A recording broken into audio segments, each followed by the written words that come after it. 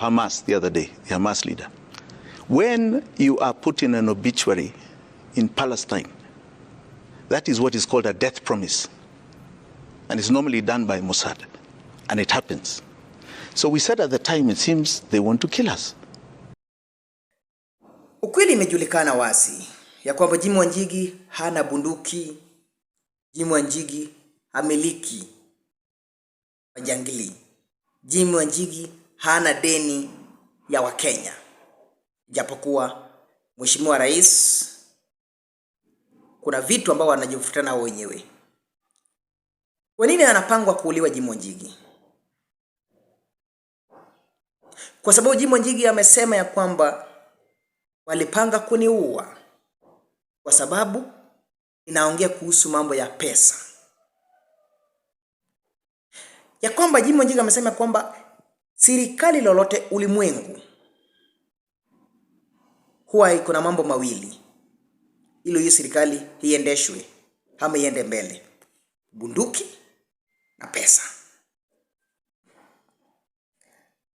Na JIMI WANJIGI amesema kwamba hausi bunduki wala hamiliki bunduki, ila anaongea kuhusu pesa miaka 2 ambayo tangu chaguliwa William Ruto, ya kwamba pesa zetu zinaibiwa.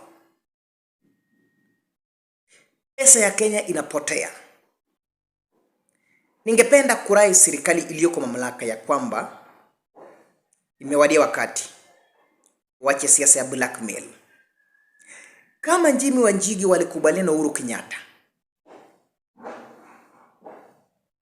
JIMI WANJIGI wakakubaliana na William Ruto ya kwamba nitawasaidia kisha tubadilishe sura ya Kenya, siasa zetu, ili tuondoke kwa ukabila, majibishano, uporaji ya mali, umwagikaji ya damu, ili tusonge mbele, tukue na kurasa mpya, Kenya mpya. Lakini ilishinda Uhuru Kenyatta. Kisha Uhuru Kenyatta akaanza kumwandama JIMI WANJIGI kwa sababu JIMI WANJIGI alisimama na Raila Odinga. Kisha mambo yote ikasuluhishwa. Sasa imegeuka JIMI WANJIGI William Ruto. Kumbukeni ya kwamba JIMI WANJIGI alimuunga William Ruto mkono. Ndugu yangu, JIMI WANJIGI ndio kiongozi ambaye anafaa kutawala taifa letu la Kenya.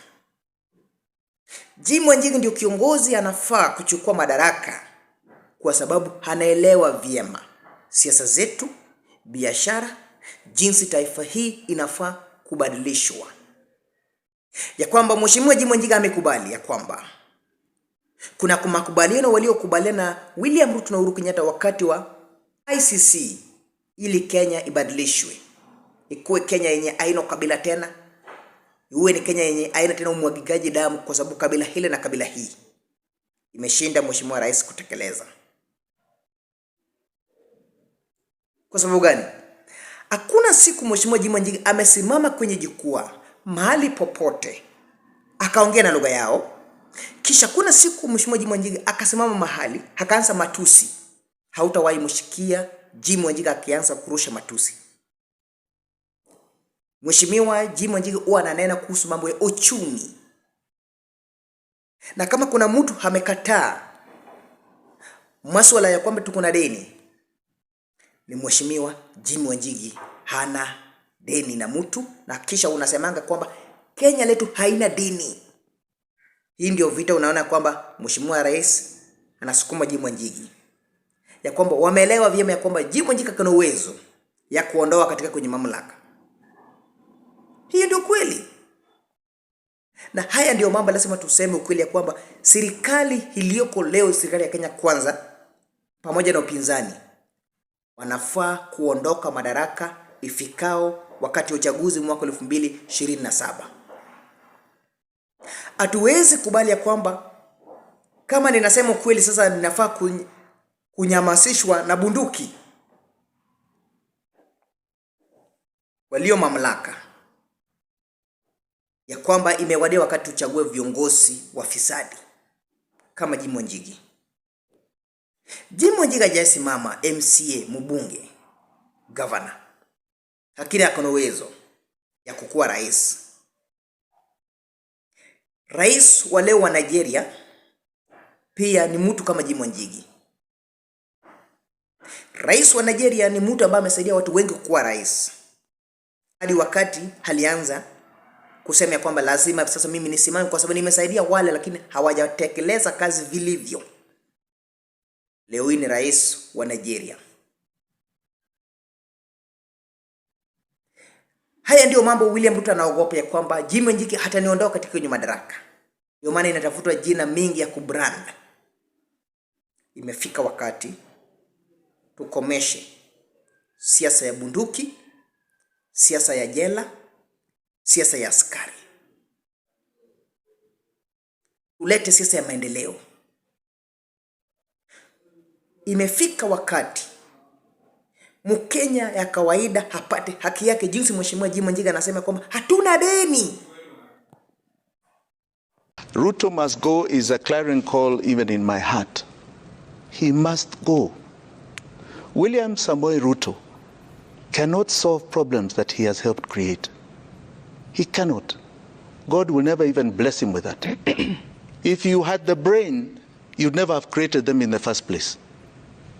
He has created such problems in this country to do with money, to do with the economy of this nation.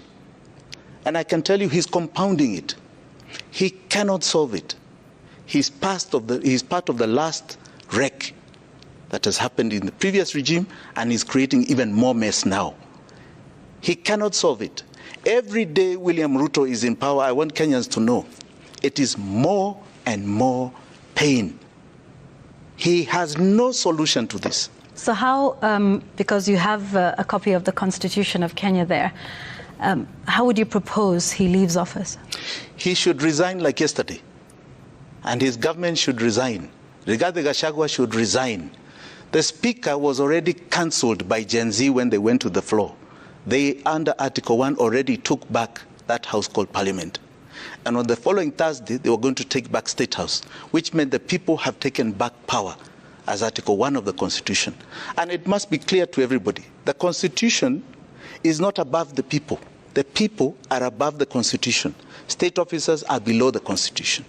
So it's the people first, the Constitution, and then state offices. All right. You say, the Speaker was already rejected by the people. However, the Constitution that you quote speaks about how that should happen. Should the presidency, and by this we mean both the president and his deputy, leave, then the Speaker would take office for a short period of time before organizing elections.